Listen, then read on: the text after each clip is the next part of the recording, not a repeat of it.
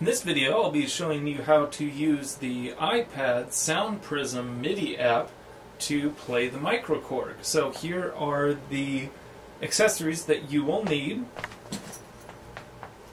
You will need a MicroKorg or some other sort of MIDI controllable keyboard.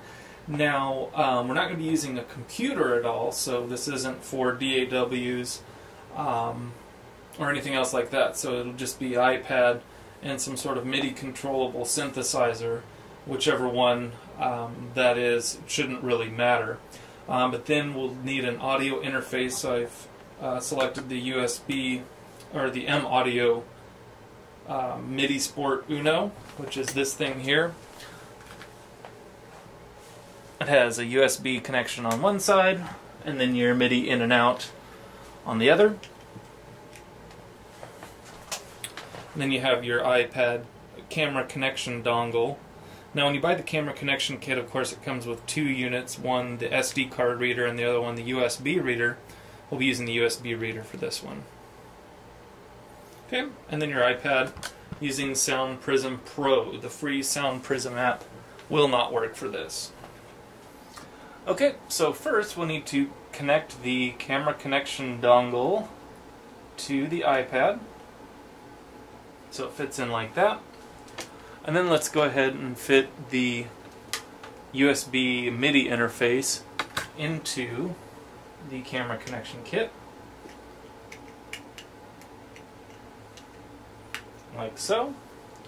Then we're going to connect the MIDI connections into the MicroKorg, keeping in mind that one goes to MIDI in, the other one goes to MIDI out. It is important that those go to their proper destinations. So MIDI out and MIDI in.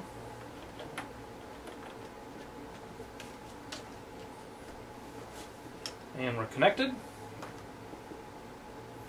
Make sure that MIDI is enabled on the MicroKorg. And then let's open up the SoundPrism app. And we'll click on the little home icon and go to Preferences.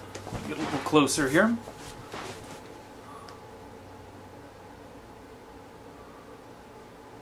So we'll go to MIDI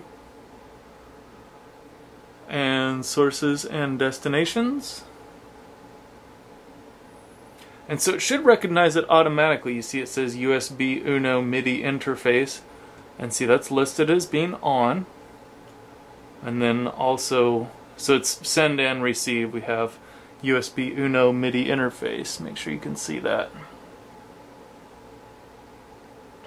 Alright. And so we should be good to go. Whoops. Okay. So let's find kind of a chord.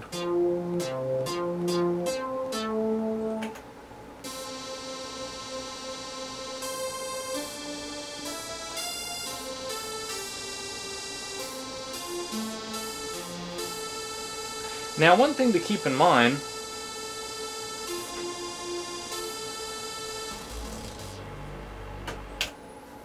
is that you will need to set it up also so that the multiple touch points are received.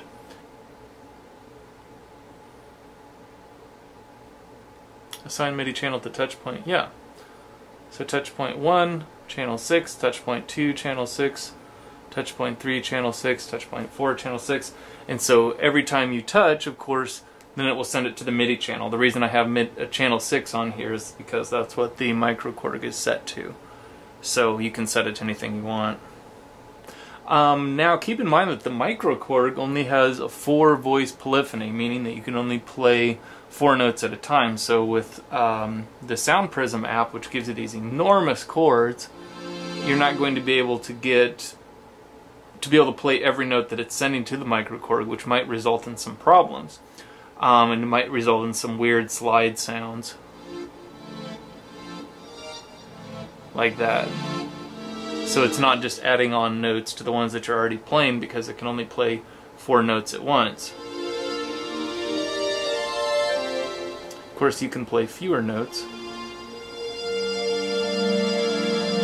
And can get a little bit more of a lush sound there. But just keep in mind that it will only play 4 notes at a time. So hopefully that won't be an issue, or you have a synthesizer that has better polyphony than that. But that's one of the major limitations, I think, of the MicroKorg. So that's really it. Let me know if you have any questions. And you know, some people say that this camera connection kit is a little bit overpriced for what you get. I don't think it is, because it really opens up a lot of possibilities, not only with this, but also with the SD card reader. You know, instead of having to carry around a lot of your files and stuff on the iPad, you can carry them on SD cards. But that's a whole different topic. I won't try to babble on and on about that. So anyway, that's it for now, and hope you found this helpful. Alright, talk to you later.